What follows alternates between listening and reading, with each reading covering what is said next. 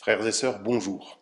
Bienvenue pour ce culte qui sera réalisé par une petite équipe. Nous sommes en communion grâce à la technique, mais pas complètement. Et pour le manifester plus encore, tout à l'heure je dirais Christ est ressuscité et chez vous, je vous invite sur le chat qui est à droite de l'écran sur lequel vous regardez cette vidéo à écrire « Il est vraiment ressuscité ». À l'écrire en français, comme je sais qu'un certain nombre d'entre vous ont une autre langue maternelle que le français, à l'écrire dans cette langue-là. Et puis si vous êtes enthousiaste, à le dire autour de vous si vous n'êtes pas seul là où vous habitez. Et puis si vous êtes vraiment très enthousiaste, à l'écrire sur les réseaux sociaux. Et puis si vous êtes encore plus enthousiaste, eh bien à ouvrir la fenêtre et à le dire dehors. Christ est ressuscité. Il est vraiment ressuscité. Amen. Et c'est fort de cette bonne nouvelle que nous recevons maintenant sa grâce et sa paix, pour nous ce matin. Mais tous les jours de notre vie, cette promesse est vraie. Amen. Et c'est dans la prière que nous louons Dieu. Seigneur Dieu notre Père, c'est toi qui nous tiens debout depuis le premier jour. Gloire te soit rendue d'avoir depuis la résurrection du Christ posé cette espérance que rien, pas même la mort, ne pourra tenir enfermé. Oui, nous te rendons grâce. Et avec toi, nous sommes appelés à ressusciter dès aujourd'hui. Loué sois-tu pour cette promesse que celles et ceux qui maintenant sont couchés, allongés, depuis aujourd'hui, demain, seront debout dans ta lumière, celle de Pâques, celle qui brille au milieu de la nuit, celle de la vie resplendissante. Oui, tu nous veux debout, resplendissant de ta lumière. Amen.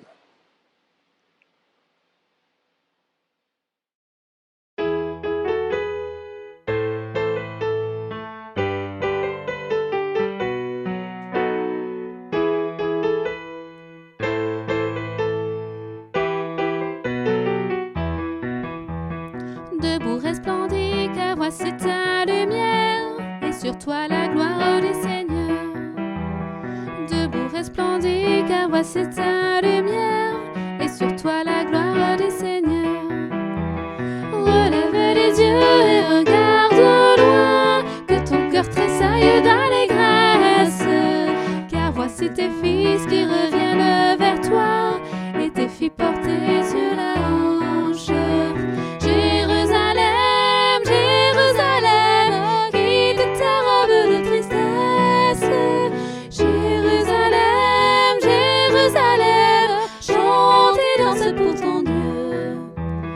Toutes les nations marchent vers ta lumière, sur les rois se lève ta clarté. Toutes les nations marchent vers ta lumière, sur les rois se lève ta clarté. De nombreux troupeaux te seront offerts, les trésors des mers afflueront vers toi.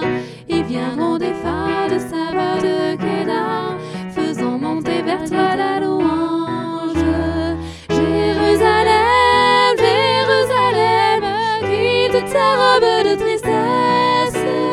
Jérusalem, Jérusalem, chante et danse pour ton Dieu. Les fils d'étrangers bâtiront tes murailles, et leurs rois franchiront tes portails. Les fils d'étrangers bâtiront tes murailles, et leurs rois franchiront tes portails. Je ferai de toi un sujet de joie, on t'appellera ville du Seigneur. Les jours de ton deuil seront tous accomplis, et sur toi resplendira ma gloire. Jérusalem, Jérusalem, quitte ta robe de tristesse. Jérusalem, Jérusalem, chante et danse pour ton Dieu.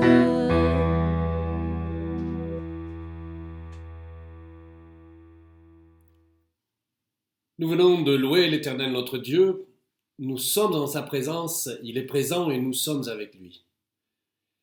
Cette période de confinement, pour la plupart d'entre nous, nous a permis d'entrer autrement chez nous, d'aller dans la profondeur de nos lieux de vie. De même, nous avons maintenant l'opportunité de rentrer en nous-mêmes, comme, vous savez, comme le fils prodigue de la parabole. Lui qui s'était éloigné de la maison paternelle parce qu'il croyait qu'ainsi il allait véritablement trouver le sens de son existence.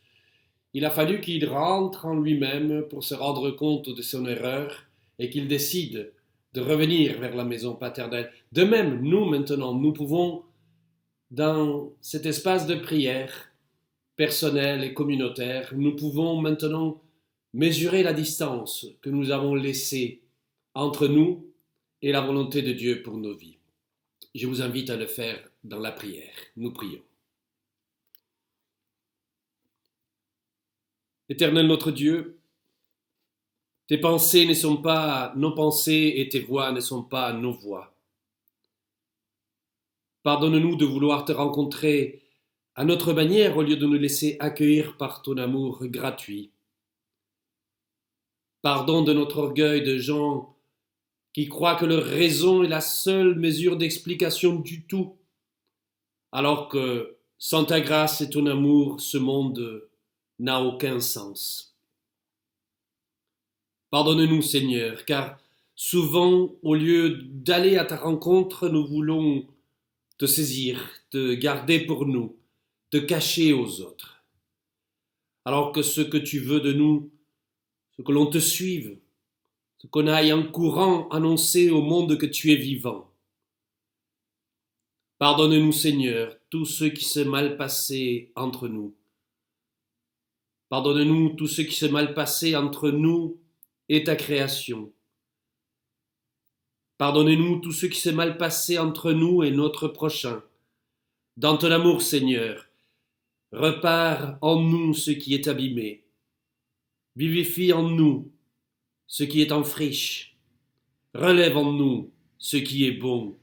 Et fortifie-nous, Seigneur, par ta parole. Amen. L'amour et la grâce de notre Dieu se manifestent par son pardon. Ce pardon qui est un pardon sans condition. Il nous l'annonce dans sa parole 1000 fois, comme dans ces passages du prophète Ésaïe que j'affectionne tout particulièrement, où Dieu parle par la voix du prophète et qui dit « Ne crains rien, car je te rachète. Je t'appelle par ton nom, tu es à moi. Parce que tu as du prix à mes yeux et que je t'aime, ne crains rien, car je suis avec toi. » Dans une période où nos peurs les plus profondes peuvent refaire surface, il est bon d'entendre la voix de Dieu nous dire « N'aie pas peur, car je suis avec toi. » Amen. Le pardon de Dieu nous relève encore une fois et nous permet de chanter notre reconnaissance à travers ce cantique qui dit vrai, qui dit libre de nos chaînes. Le Seigneur, par son pardon, nous libère, nous arrache de toutes les chaînes qui ne nous permettent pas de le suivre. Chantons ensemble.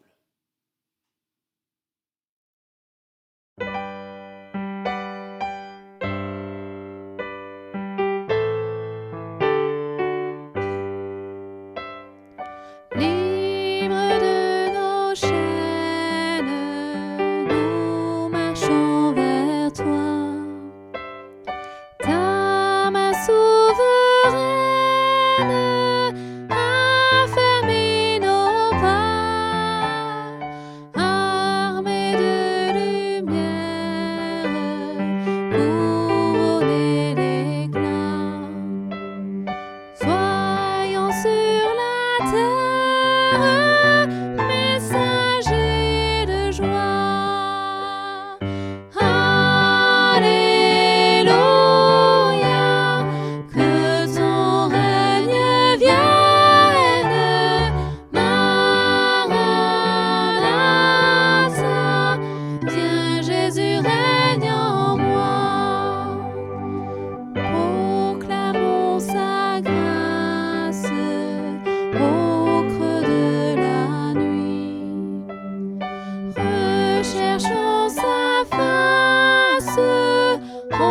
au cœur de sa vie. Célébrons sa gloire, bannissons la peur. Chantons sa victoire, Jésus est vainqueur. Alléluia, que ton règne vienne. Maranatha,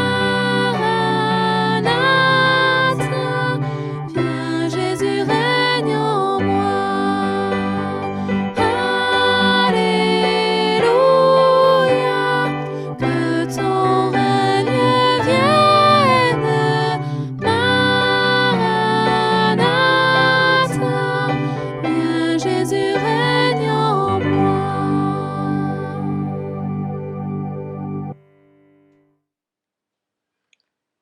Et c'est parce que nous avons été libérés de nos chaînes que c'est debout que nous pouvons maintenant prier le Seigneur avant de lire le texte biblique qui portera notre prédication. Je vous invite à prier. Seigneur notre Père, béni sois-tu ce matin, car au matin de Pâques, tu as relevé Jésus d'entre les morts.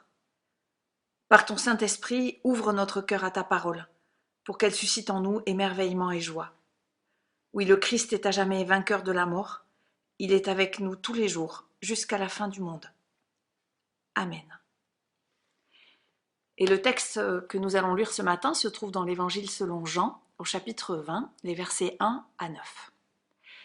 Le premier jour de la semaine, à l'aube, alors qu'il faisait encore sombre, Marie de Magdala se rend au tombeau et voit que la pierre a été enlevée du tombeau. Elle court, rejoint Simon-Pierre et l'autre disciple, celui que Jésus aimait, et elle leur dit « Le Seigneur a été enlevé du tombeau et nous ne savons pas où on l'a mis. » Alors, Pierre sortit, ainsi que l'autre disciple, et ils allèrent au tombeau.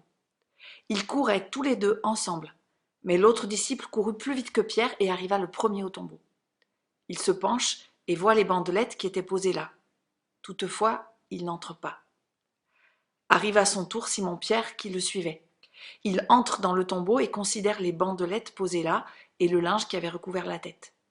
Celui-ci n'avait pas été déposé avec les bandelettes, mais il était roulé à part dans un seul endroit.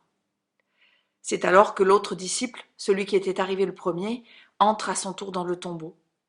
Il regarda et il crut. En effet, il n'avait pas encore compris l'écriture selon laquelle Jésus devait se relever d'entre les morts.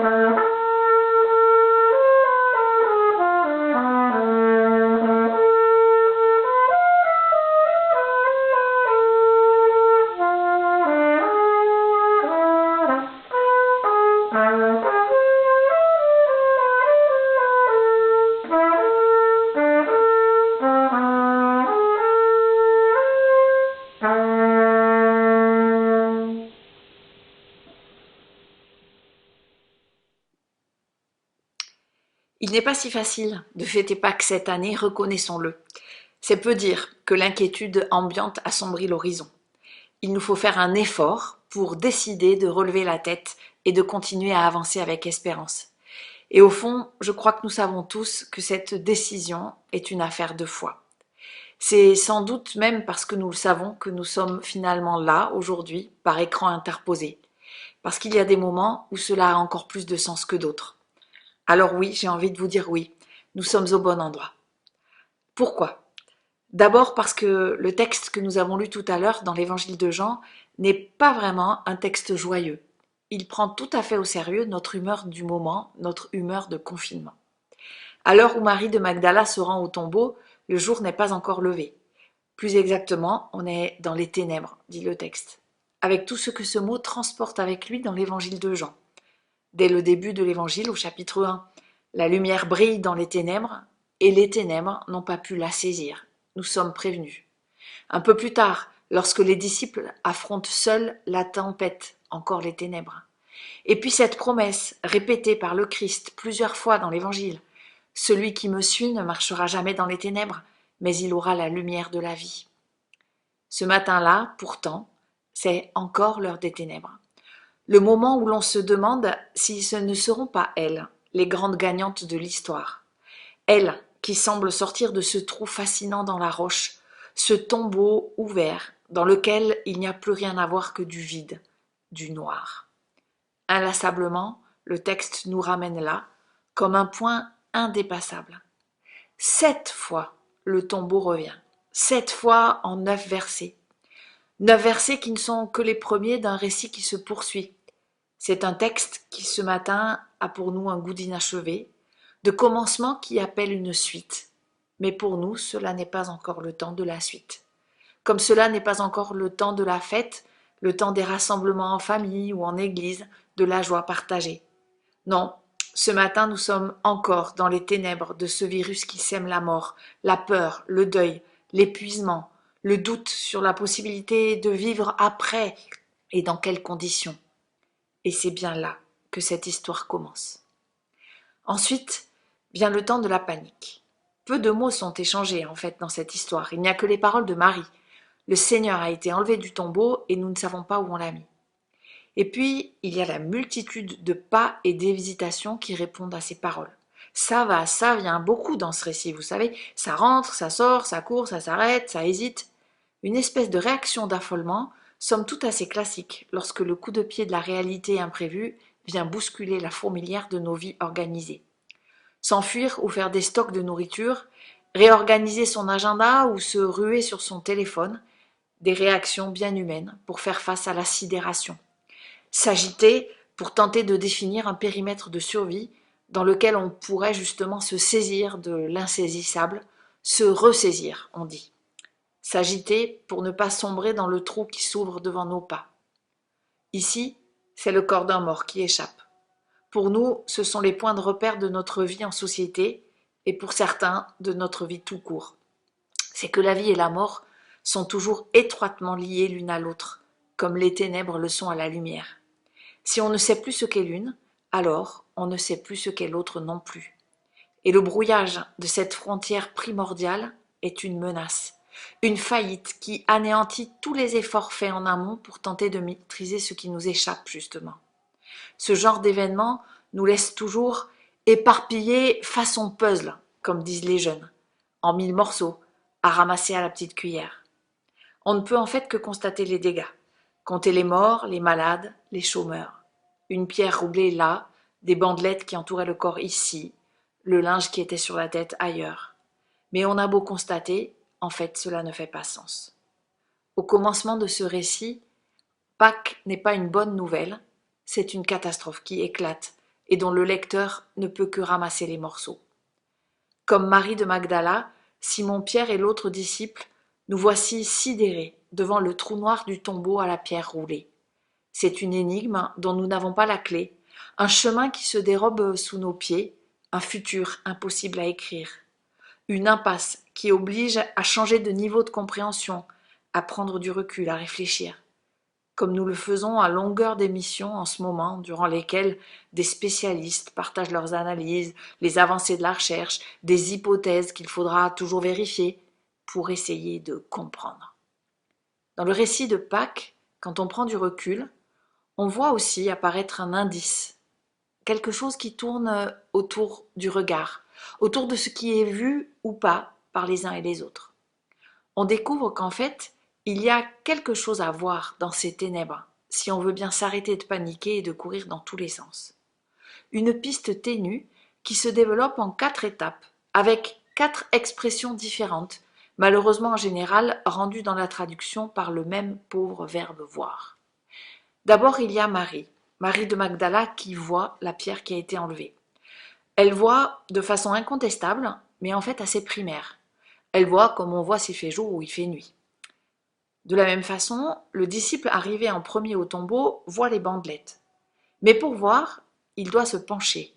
Littéralement, on pourrait dire « il s'arrête pour voir », comme on revient sur ses pas pour vérifier que quelque chose qui vous avait étonné au premier regard. C'est un regard déjà un petit peu plus attentif. Ensuite, il y a Simon-Pierre qui va plus loin. Il entre dans le tombeau et il regarde avec attention.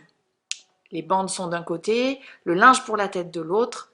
C'est un regard qui jauge les distances, qui liste les éléments, qui scrute, qui cherche à comprendre, même si cela ne fonctionne pas.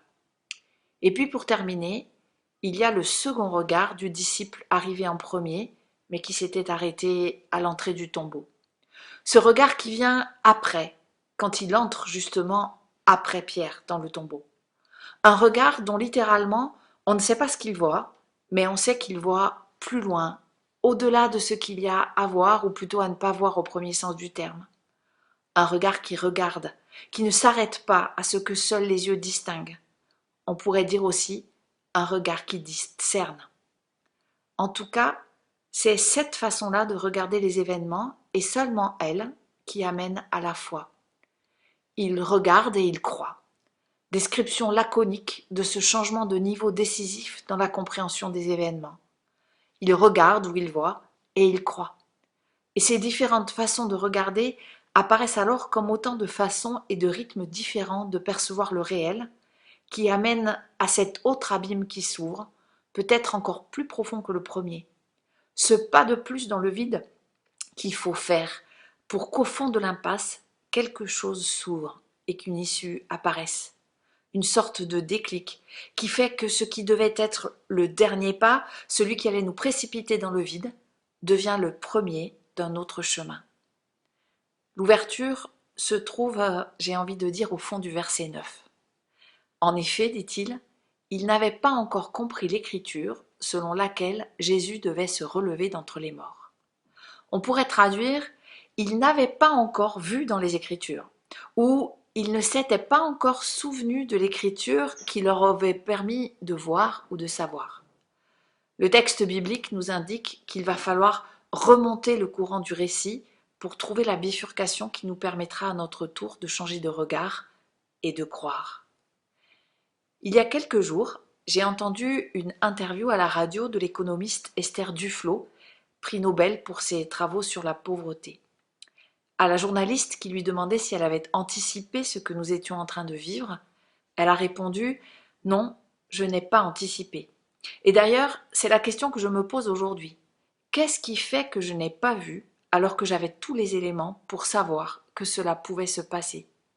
Quand j'aurais répondu à cette question, sans doute aurais-je compris l'essentiel pour recommencer à avancer. Qu'est-ce qui fait que je n'ai pas vu alors que j'avais tous les éléments pour comprendre?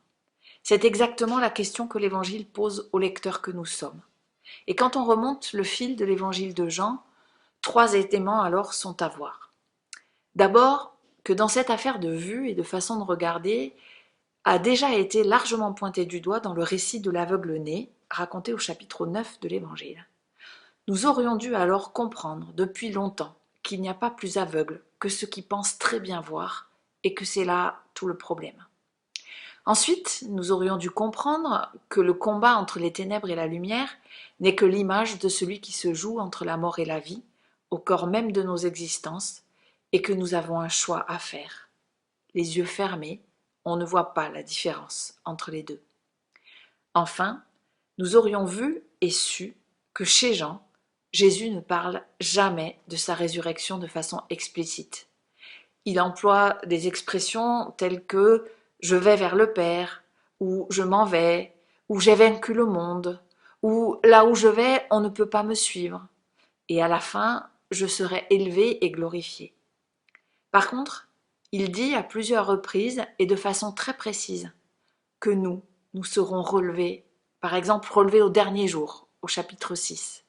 Mais dès le chapitre 3, il y a cette idée que Dieu a tant aimé le monde qu'il a donné son Fils afin que quiconque croit en lui ne se perde pas, mais il ait la vie éternelle. Et quand il est question de résurrection, c'est de Lazare, de Marthe et de Marie qu'il s'agit. Elle est donc là, pour nous, l'issue au fond de l'impasse. La disparition du corps du Christ au matin de Pâques est le séisme qu'il nous faut traverser pour que du face-à-face avec la mort, nous sortions nous-mêmes ressuscités. À ce stade-là du récit, rien pourtant n'est encore joué, et il fait encore bien sombre quand Pierre et l'autre disciple rentrent chez eux. Le corps n'est plus là, et nous sommes au bord du gouffre sans vraiment comprendre ce qui est en train d'arriver. Mais une porte s'est ouverte, une porte qui laisse passer la lumière au creux des ténèbres. Au-delà de l'agitation, un chemin à parcourir est possible, qui ne peut que nous amener vers une vie plus profonde et intense, semée d'éternité. Regardez autrement, et osez croire que l'abîme à traverser n'est que le premier pas d'une aventure qui ne fait que commencer, et y aller. Regardez au-delà, et osez croire que les 1000 morceaux de nos vies aujourd'hui à terre pourront demain être les pierres vivantes d'un monde à construire autrement. Avant même que le jour ne se lève vraiment, recevoir la grâce de nous savoir vraiment vivants, en lui qui a déjà traversé, et nous encorder au fil de sa parole, pour ne pas nous perdre en route. Relever la tête et choisir d'avancer, parce que c'est toujours une affaire de foi, un pas de plus à faire. Amen.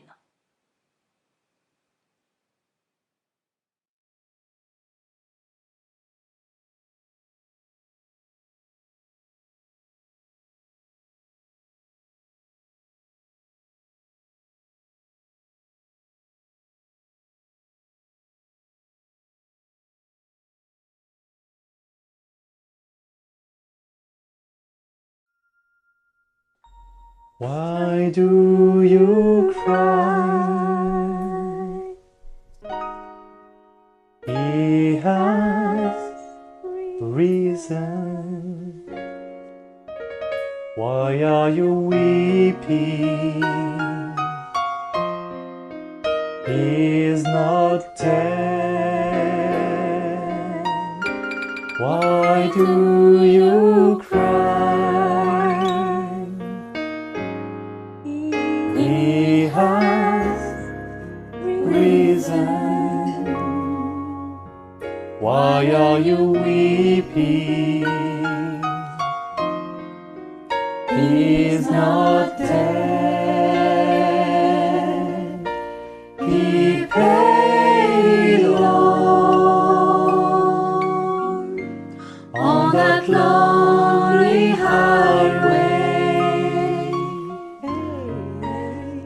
And his anointing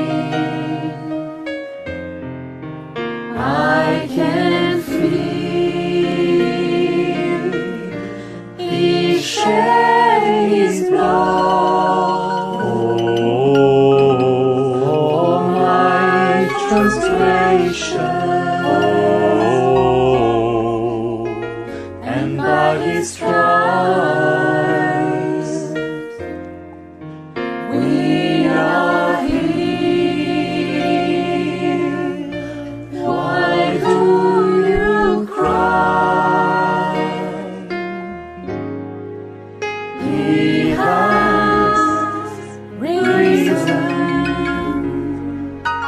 Why are you weeping? He is not dead. So as you go through life's journey, don't you worry. Lift up your head. Don't you cry. Oh, stop your weeping. He has risen. He is not dead. He paid it all on that lonely highway. And his anointing I can feel. He shed his blood for my transgression, and by his stripes we are healed. Why do you cry? He has risen. Why are you weeping? He is not dead. So as you go through life's journey, don't you worry. Lift up your head. Don't you cry. Oh, stop your weeping. He has risen. He is not dead.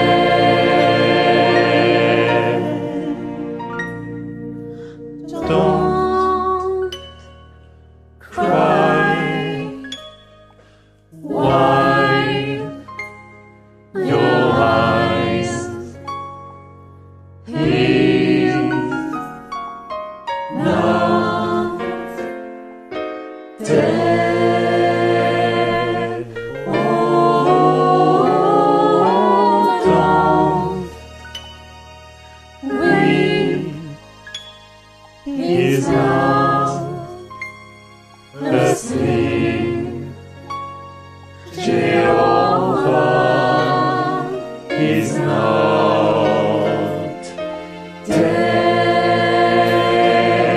Hold on, cry, wipe your eyes. He's not dead. Hold on, cry, wipe your eyes. He's not dead. Hold on, cry, wipe your eyes. He's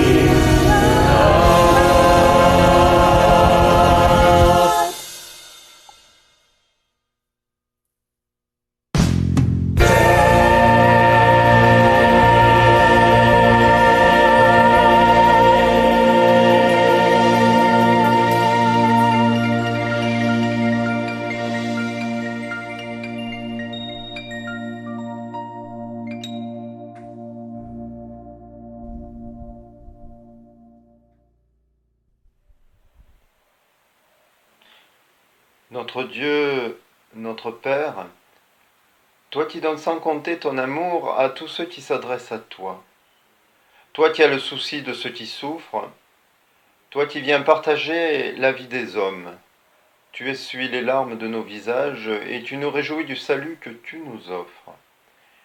Nous te prions pour celles et ceux que le deuil a frappés, sans pouvoir accompagner qui un père, une mère, un frère, une sœur, un enfant, un ami. Nous te prions pour ceux et celles qui sont encore affligés, pour les malades du corps et du cœur, pour ceux et celles dont le confinement rime avec isolement. Renouvelle l'espérance, en même temps que l'assurance de tous. Ô Éternel, notre Dieu, tu es un rempart, une invincible armure, toi qui as promis d'être avec nous dans nos luttes. Nous te prions pour toutes les personnes hospitalisées et leurs soignants. Donne-leur la force nécessaire de faire face.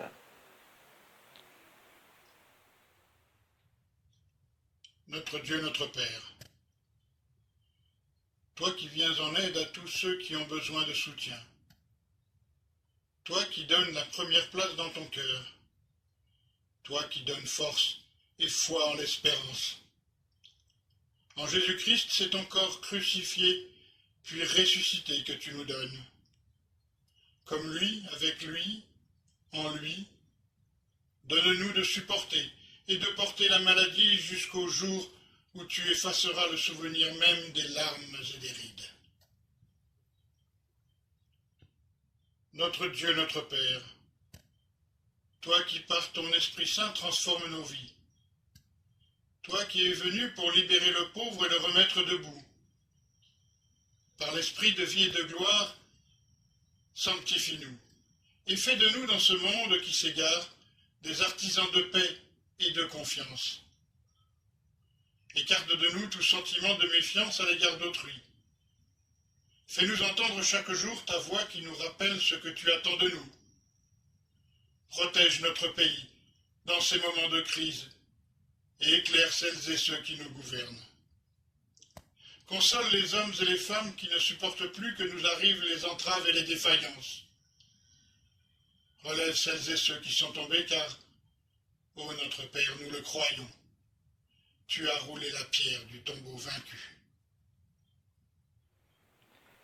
Notre Dieu, notre Père, toi qui nous donnes la joie de faire communauté, toi qui unis dans un même amour tous ceux qui en cet instant forment le cercle invisible de la communion fraternelle, guéris ton Église universelle blessée par ses divisions, encourage l'action de ceux qui sont engagés dans le combat œcuménique à travers les institutions, les œuvres et les aumôneries. Oui, Père, aide-nous à entrevoir ta lumière et conduis-nous vers ton royaume. Et ensemble, nous pouvons te chanter.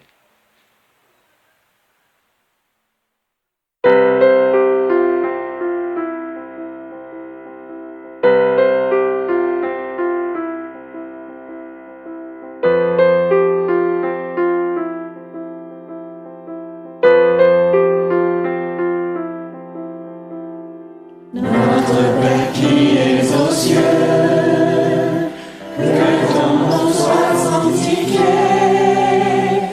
que ton règne vienne, que ta volonté soit faite sur la terre comme au ciel. Donne-nous aujourd'hui notre pain de ce jour.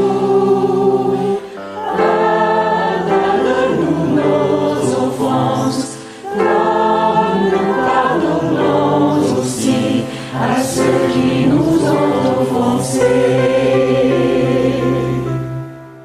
ne nous laisse pas entrer en tentation, mais délivre-nous du mal. Car c'est à toi qu'appartiennent le règne, la puissance et la gloire, pour les siècles des siècles. Amen.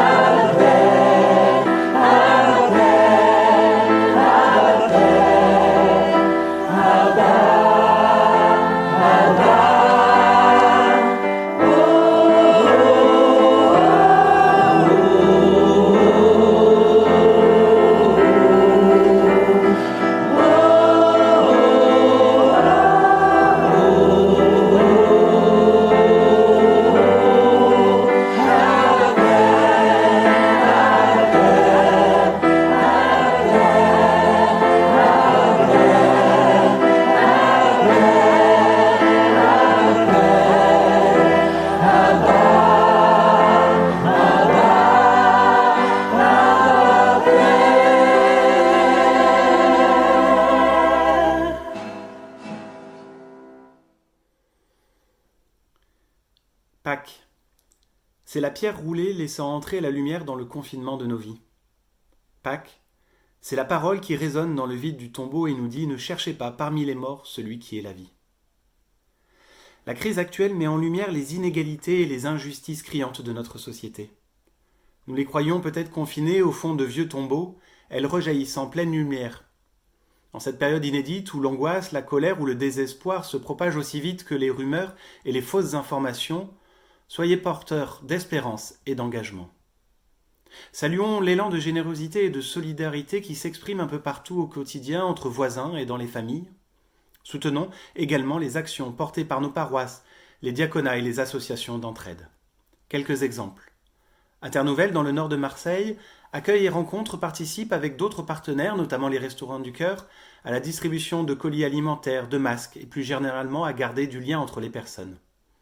Dans le centre-ville, l'association Jeanne Panier héberge 263 personnes en précarité. Toutes les équipes sont au travail et ne ménagent pas leur peine pour assurer les tâches essentielles comme le ravitaillement, la propreté et la désinfection des lieux, mais aussi rassurer les personnes les plus fragiles, expliquer et faire appliquer les mesures de confinement. À La Ciotat, l'entraide a pu apporter son aide à une vingtaine de personnes en difficulté. Elle participe également aux maraudes et à la préparation de colis distribués par les autres associations regroupées pendant cette période particulière. À Marabane, les bénévoles proposent aux personnes qui sont en difficulté de compréhension du français un lien de bienveillance par téléphone, l'envoi de courriers, d'attestations de déplacement et de colis alimentaires. À la Belle de Mai, la Fraternité organise avec d'autres partenaires un réseau de solidarité de proximité pour venir en aide à plus de 400 personnes qui ne peuvent pas se nourrir et ont besoin de produits de première nécessité, notamment pour l'hygiène ou les médicaments. Vous pouvez soutenir ces actions par vos prières et vos dons. Toutes les informations pour cette offrande un peu particulière se trouvent sur le site internet du consistoire. Prions également pour que ces actions nous fassent réfléchir à notre modèle de société et aux services publics de santé et sociaux nécessaires à la vie en collectivité. Prions pour que les pouvoirs publics et nos responsables politiques se montrent à la hauteur de la situation et du défi qui sont devant nous. Pour ces dons et ces talents, pour ces prières partagées, nous voulons rendre grâce. Oui, merci. Merci Seigneur pour les sœurs et les frères engagés dans l'aide aux plus démunis. Merci pour celles et ceux qui les soutiennent par leurs prières et leurs dons. Nous t'en prions que ces engagements participent à la manifestation de la bonne nouvelle de Pâques. Oui, la vie l'a emporté. Ne cherchez pas parmi les morts celui qui est la vie. Amen. Élevons nos cœurs et levons-nous pour recevoir la bénédiction de notre Dieu.